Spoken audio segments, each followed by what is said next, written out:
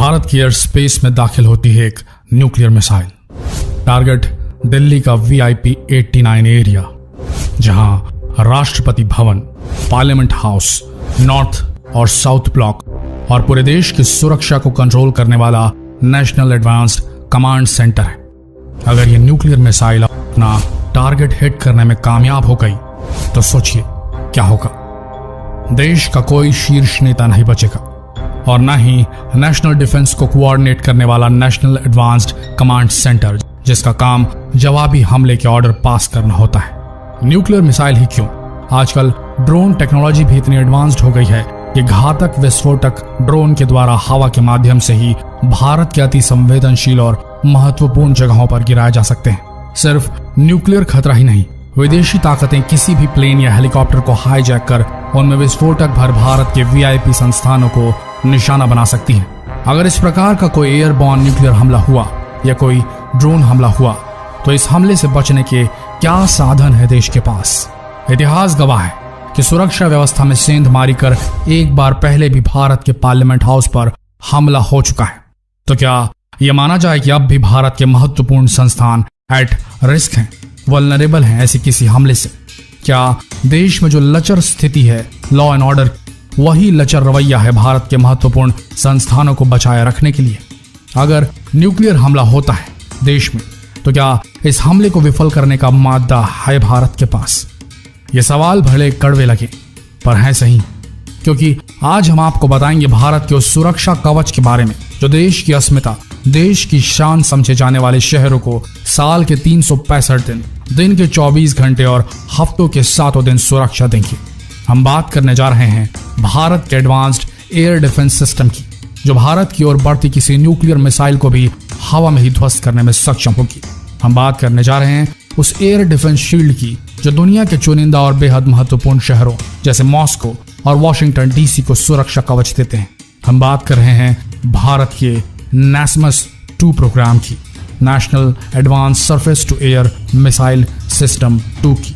दुनिया जानती है दोस्तों, और आप भी गूगल कर सकते हैं, nuclear attack policy of India.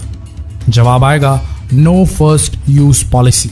मतलब साफ है, भारत ने साफ कह दिया है कि किसी भी हालत में भारत पहले न्यूक्लियर प्रहार नहीं करेगा तब तक जब तक भारत पर कोई दुश्मन राष्ट्र न्यूक्लियर हमला न कर दे। No first use policy.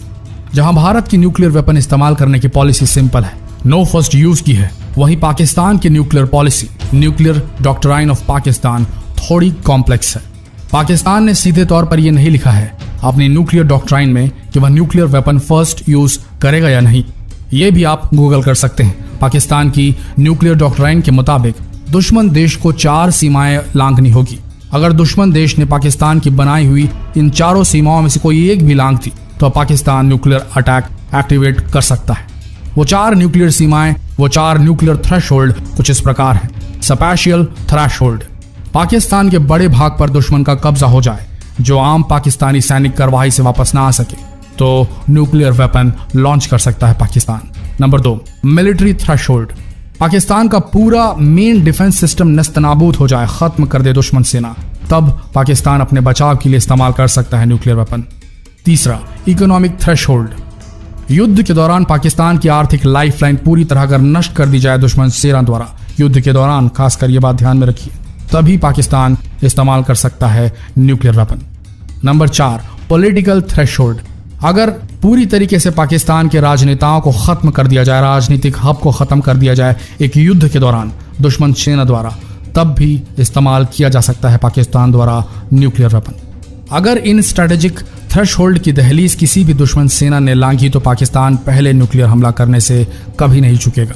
हालांकि देखा जाए तो भारत पहले आक्रमण कर इस तरह पाकिस्तान में घुसकर इन पाकिस्तानी थ्रेशोल्ड को कभी पार नहीं करना चाहेगा और ना ही करेगा।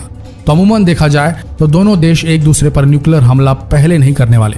लेकिन इस बात को हमें भूलना नहीं चाहिए दोस्तों कि दोनों देशों में एक्सट्रीमिस्ट मानसिकता वाले लोगों की भरमार है। दोनों देशों में धार्मिक कट्टरता का अस्तित्व है। ऐसे में अगर न्यूक्लियर वेपन किसी गलत हाथ में पड़ गया, जैसे कि पहले आरोप लगते आए हैं पाकिस्तान के न्यूक्लियर प्रोग्राम के फादर कहे जाने वाले अब्दुल कादिर खान पर, पाकिस्तान के न्यूक्लियर टेक्नोलॉजी के जनक माने जाने वाले अब्दुल कादिर खान पर संगीन आरोप लग चुके हैं।